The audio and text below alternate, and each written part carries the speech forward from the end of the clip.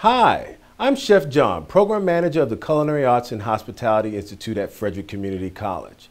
Welcome to the Chef's Table, where we feature great chefs, fine food, and conversation. Come on in and enjoy the show.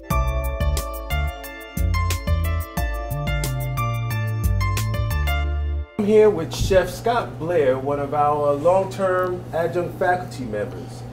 Chef Blair, welcome. Thank you, Chef John. Appreciate it.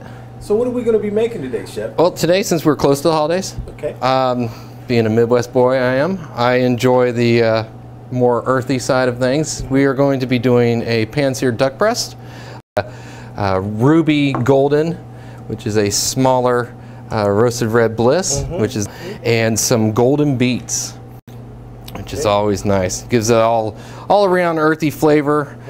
Kind of takes me back to home. And the other thing is that we'll be topping it off with a morel red wine sauce. Beautiful.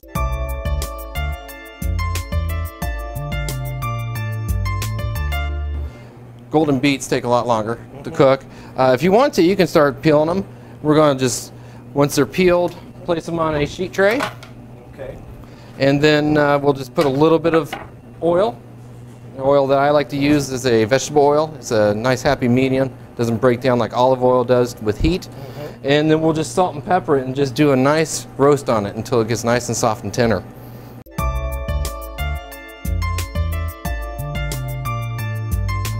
While you're doing that, I'm going to start working on the duck breast. Okay. I'm preheating my oil. As you see, I've got these two wonderful duck breasts, and what I've done earlier is I lightly scored it with the knife. That way, making a diamond pattern, crisscross pattern. That way when you pan sear it, it does give a nice design, which is always something that you look for aesthetically in cooking. You also want people to eat with their eyes. Now when I cook the duck, I'm going to go skin side down, because one of my favorite parts about cooking duck is that crispy skin. Yes, very. It is yummy. Now I will season this towards the end. I don't want to season it before because I really don't want to have a lot of shrinkage with the skin. With salt and pepper, you get a lot of shrinkage when you're pan searing. The other technique that I recommend for anybody, if you're pan searing anything to get a nice caramelization on the outside, the best thing to do is let it be. I mean, how many people do you know go and we're constantly picking it up, picking it up, picking it up? Sometimes if you just let it go is the best thing to do. How long do you leave it down there? Because you know, my students always, our students always ask us, how long, Chef? I mean, I look for, you know, an even golden coating, depending on how high your flame is. That's a big factor. If you're at a moderate heat, I mean, usually between 2 and 3 minutes, you start to get a really nice sear to it. Anything past that, I mean, you're starting to get into the burn factor, which we don't want to do. We want to have some nice color. And as you can see, we got some nice color. It's been down here approximately 3 minutes. The diamond pattern is starting to pop out, which is nice. What I've also noticed is that a lot of the fat from the duck breast is being rendered into the pan as well. Correct. So that's also what's happening. And this is an integral part on this particular recipe because we're going to build the sauce in the pan. So you want that fat from the duck, which it's just more flavor. It's unbelievable. And plus with the you know, some of the caramelization on the pan with your pan dripping. So this will almost be like a red wine pan dripping sauce that we'll be getting from the meat and the fat from the duck itself. So it's so simple, but it also has a lot of complex flavors to it, which is nice, and it's just basically just because of the product that we're using. This is actually a farm-raised product, which is nice. A little fun fact for you, I'm from Indiana, and Indiana is one of the #1 producers of duck meat. Oh, okay. But we are like last in duck consumption. we sell it, we just don't consume it. At this point in time, I'm just going to season it, just lightly season it, nothing too heavy. Starting to get some nice color under there. Yummy. So we want this to be what, like medium? I'm gonna go for like a mid rare, which a lot of people think duck, poultry. Yeah. They don't understand, but you can actually eat duck at a mid-rare. We'll finish this up in the oven just to keep it nice and hot, and also, you know, to get the outside as well.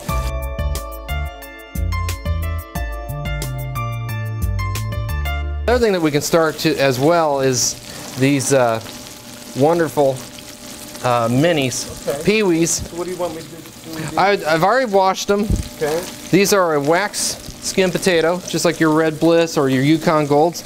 So what we're going to do, we're just going to quarter them, we're going to boil them, and then finish them up in a pan with just a little bit of light butter. Okay. They do have a sweeter factor, so I don't want to overpower it with a lot of flavor, since the whole entire dish has a lot of flavors to it, and you don't want to over-complex it. But I bet these are really tender. They're very tender. Yeah.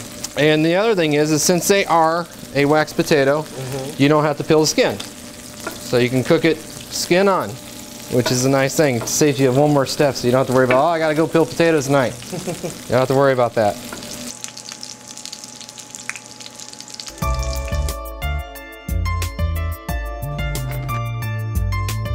This is another nice little fun contraption. Okay. This is a mandolin slicer. Ah, it's a nice little handy one. This is great because, you know, with my private chef work, I had to take everything with me. Something like this is perfect. They have the larger ones. They have, you know, the big stand that you can work, but something like this is just perfect. I mean, it hooks on top of a bowl if you want. You can hold it, you know, just by itself. And the other nice thing that it has is it's a double direction blade. Ah, I see. So that. you can hit it one way, you can hit it the other way, and it makes this nice little slices, which is going to look beautiful on the plate. So all I'm going to do is make some slices. This is going to be not only a garnish, but a wonderful vegetable delight on our plate. Okay. I mean, look at that. You got to be careful using those right things like that, right? They make this little knobby. There's little sharp points on it. Once you get down to the nub, you can still work and get as much product as you want out of it. Yes. Okay. But with this is going to be one of our vegetable / garnish for the plate. It's going to bring color to the plate because you know, we are in a season of festivities, so you got to have the colors. Perfect color. It's going to look beautiful. Season.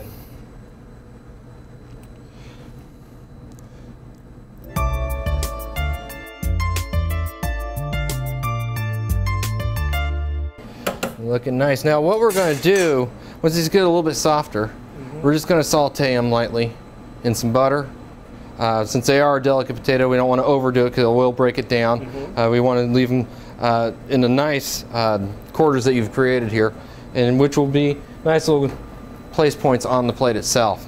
Just a little bit of butter. It's an incredible amount.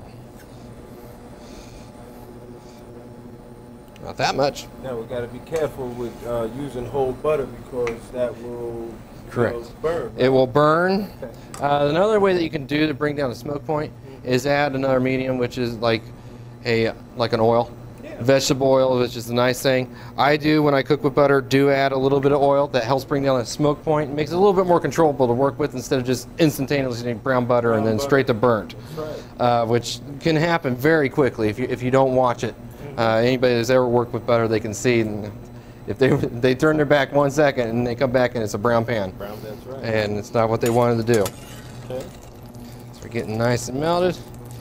These things are these little potatoes are so nice because not only do they have the red on the outside, but they have a light, slight golden hue on the inside, Yes, which is really neat. Watch that little splatter. Turn that down. We can go that on a lighter, nice lower setting.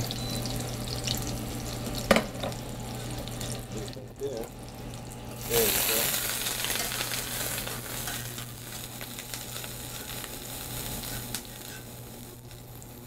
Oop, run away.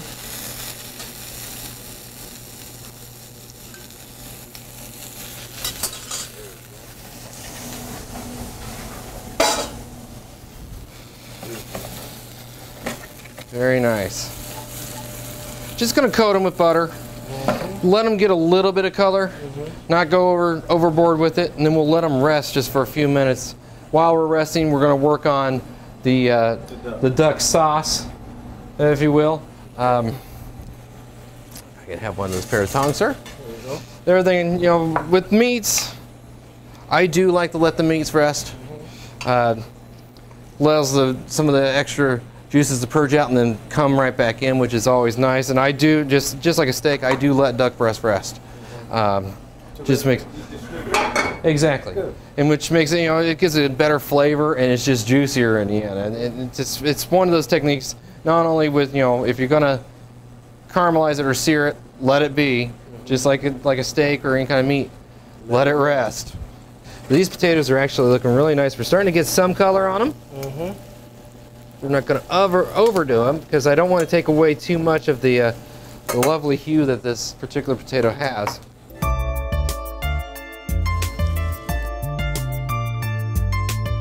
Right now, this is the pan drippings from the duck. Pulled out of the oven. As you can see, you got some of this nice brown. That's actually from the fats and meats of the duck. What I'm going to do now is take some of these morel mushrooms, which are nice. I've actually soaked, these were dried morel mushrooms, and I soaked them in red wine overnight for 24 hours, just to soften them up, also give it some extra flavor. Yeah. I'm just going to add those in there. Start cooking inside that nice fat, which is the beginning process of our sauce. You can smell that. Yeah. It really smells great. Now, and I know a lot of people, some people don't like working with wine or any kind of spirits at all. You could do the same process with water or even with some just chicken stock or beef stock, whatever stock you want, which is always a nice thing. I know some people, you know, they just don't prefer to cook with wines or so. But you can do the same process with chicken stock or even beef stock, which is nice. Now what I'm going to do is a two-step process. One is with chicken stock and one is with wine. The chicken stock gives it a little bit smoother flavor. Sometimes when you're working with wine it can leave an acidic taste, but the chicken stock will mellow it out and help that sauce to mature, if you will. And the chicken and the wine, this is just about 8 ounces of wine.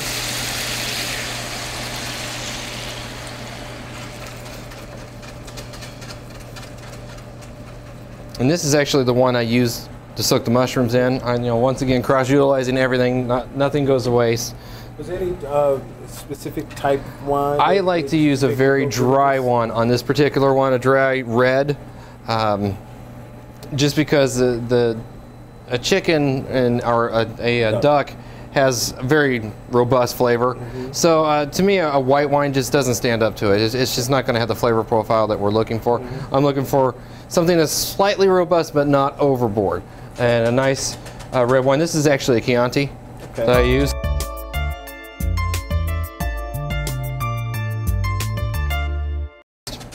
So we're all set, and then we've actually allowed our duck breast to rest, which is looking very nice. You know, you can do a couple different ways with it as far as presenting it. You can present it as a whole piece, or even if you did a double breast, you can present it as whole. You could slice it and fan it. Just depends on, you know, what kind of aesthetics that you're looking for. I'm going to serve it more as we can do one as a fanned and one as a whole, because I don't want to take away from a lot of the beet, because we have some beautiful colors with the beet here, which is always nice. So if you want to do a fanned one, okay, all right.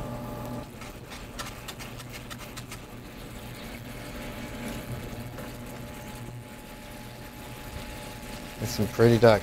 Another thing is once you, any kind of meats, once you cut it, it may not look to the temperature that you want at the time, but once air gets to it, then it starts blooming, if you will, and then you start getting to the color that you were actually looking for. All right, now we're starting to get down a little bit further with this sauce. I'm just going to add a little bit of chicken sauce stock to smell it out.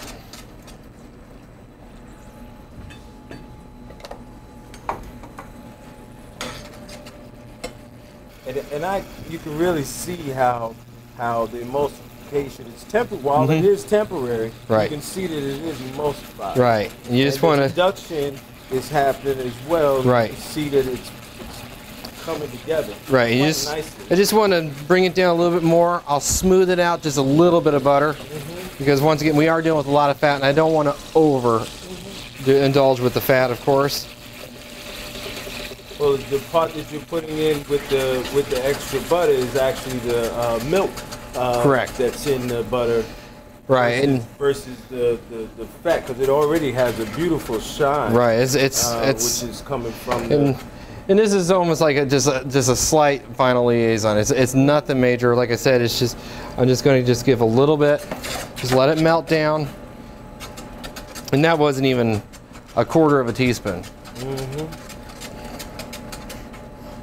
And actually, I'll just take it off the heat and let this just go from there. And then we have this beautiful sauce. Yep. So what we can do, since you have that already portioned up,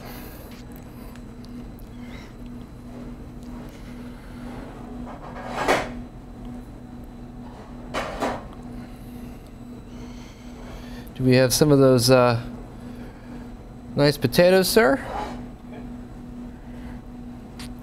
Got some nice morel mushrooms to put on there. I enjoy mushrooms a lot. I don't know about you, Chef. Let me take this one from me. Sure.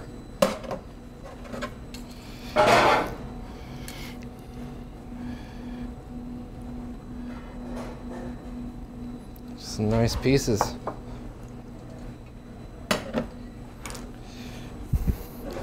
We actually have some of these beet greens.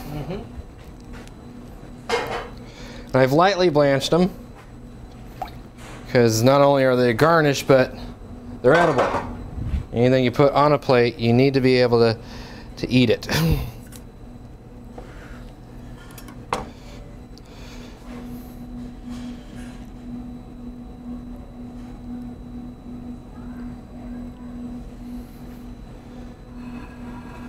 And there we have it. Good, Chef. Thank you, sir.